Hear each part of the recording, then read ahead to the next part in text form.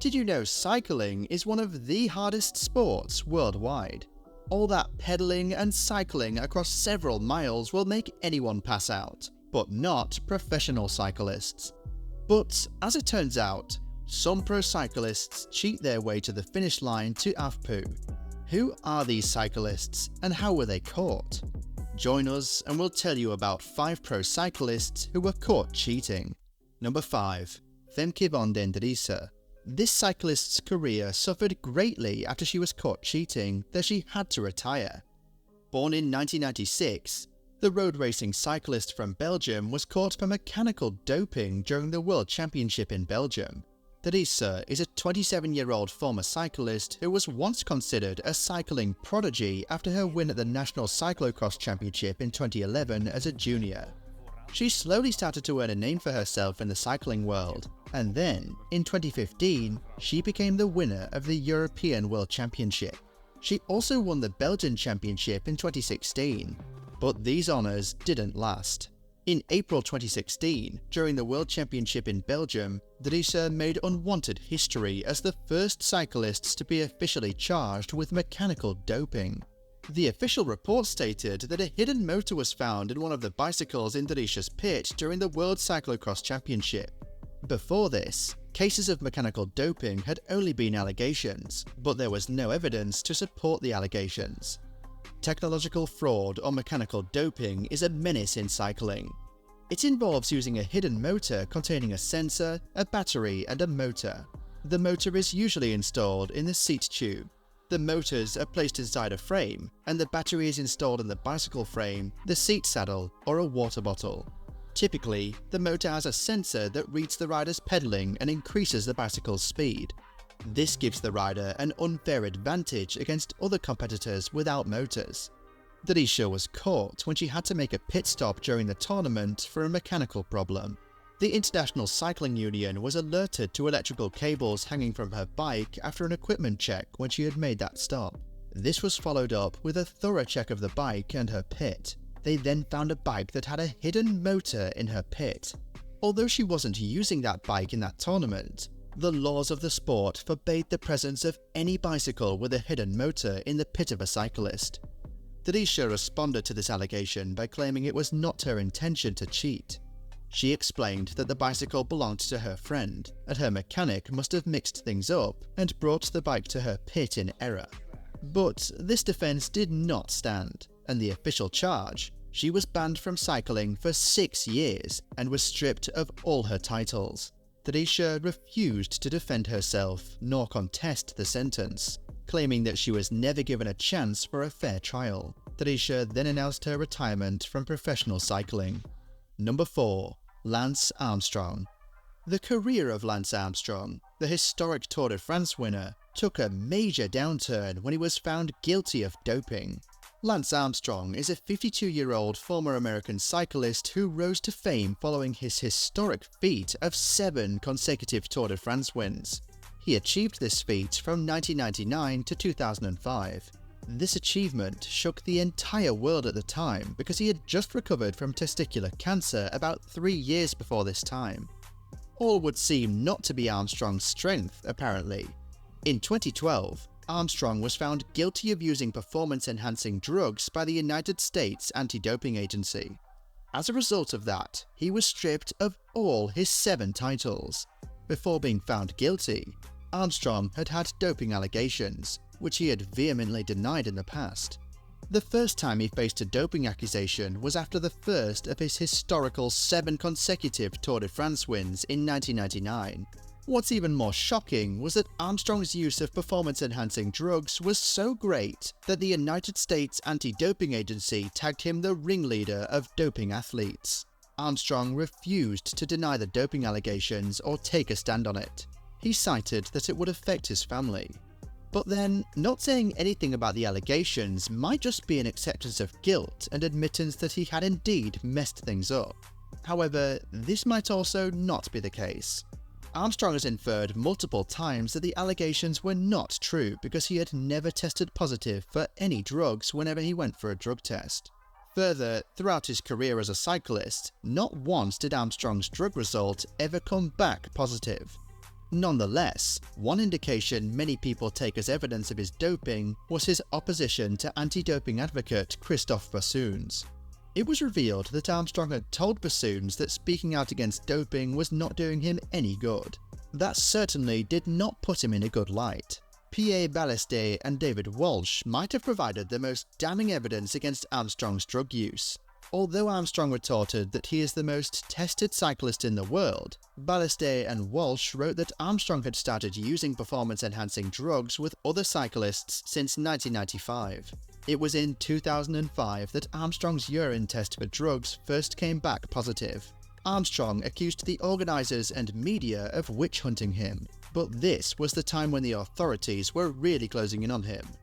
However, Armstrong was vindicated by an independent committee that revealed that the testing did not follow every testing standard. But around this time, Armstrong was already feeling the heat.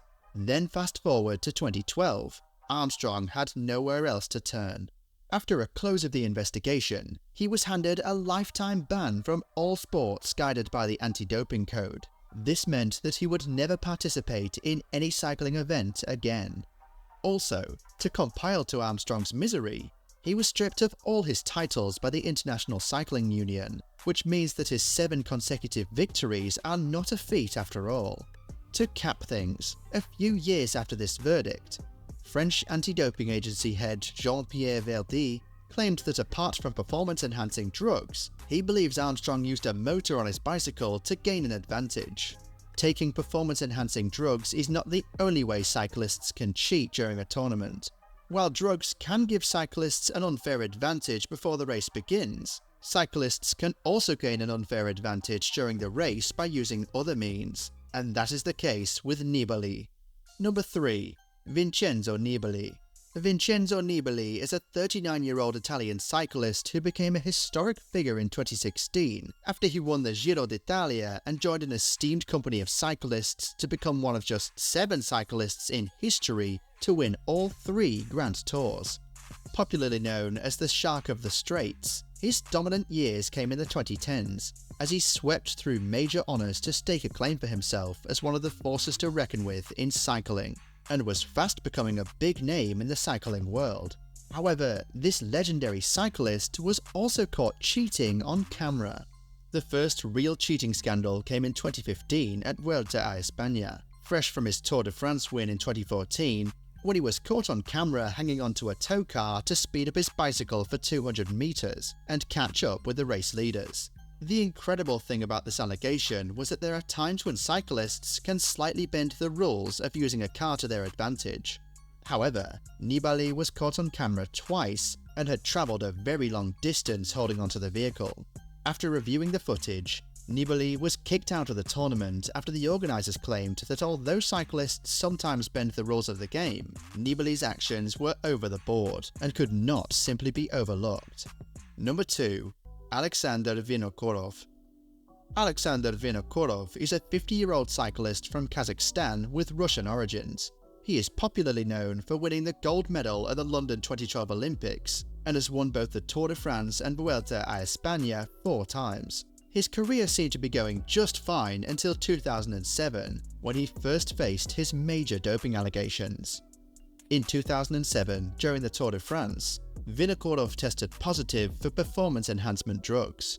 Vinokourov, like most cyclists who have tested positive for doping, denied the results and cited that he had been tested over 100 times during his career without being indicted. Bearing in mind that in 2006, when 4 of his team members were found positive for blood doping, he was the only one whose test result came out negative. He also stated that there is much attention on doping now, and cyclists would not dare to use performance enhancement drugs since it is more likely that they would be caught. Nonetheless, the results of the test stood. What ensued was another round of controversies and tussle. Vinokourov was banned for a year by the Kazakhstan Cycling Federation, but the International Cycling Union was not pleased with this duration of ban. They believed it was too lenient, and they had probably given him a year so that he would be back for the Beijing Olympics. As a result, they banned Vinokourov for 2 years. But that wasn't the end of it. His cycling team, Astana, then threatened to sue him. They also fired him with immediate effect. Vinokourov would return to cycling, but his active career as a cyclist never really returned to how it was before. Although Vinokourov would return to cycling as a manager for Pantani, the burden was too heavy for him. Number 1. Marco Pantani. Marco Pantani is regarded by most as a legend of the sport. Born in January 1970 and died in February 2004 at the young age of 34, Pantani is a road cyclist who received worldwide acclaim as one of the greatest climbers in history. He was one of the 7 riders in the sport's history to win the Tour de France and Giro d'Italia concurrently. Lance Armstrong, another famous name in the history of cycling, regarded him as the best climber in the history of the sport. But his illustrious career was marred by cheating allegations. The first time he faced doping allegations was in 1999 Giro d'Italia, when he was found to have more than the threshold of hematocrit reading accepted for a cyclist. As a result of this, he was kicked out of the Giro d'Italia tournament. But that was not to be his only offence. In 2001, another doping allegation surfaced. This time, Pantani was caught on camera. Just before the Giro d'Italia, Italian police found a syringe that contained traces of insulin in Pantani's hotel room. Many believed that the 1998 Tour de France winner's usage of drugs began after suffering from a career-ending shin fracture in 1995. But to everyone's surprise, Pantani returned stronger from the injury and dominated the major tours in the late 90s. This was until the 1999 doping allegations that resulted in his disqualification from the Giro d'Italia. A consequence of the 2001 doping offence was an 8-month ban, which Pantani contested unsuccessfully in court. To compile the mystery and perhaps give credence to the many doping allegations and investigations, Pantani died in 2004 of a drug overdose. What are your thoughts on these cycling cheating allegations? Let us know in the comment section below. Remember to subscribe for more videos like this.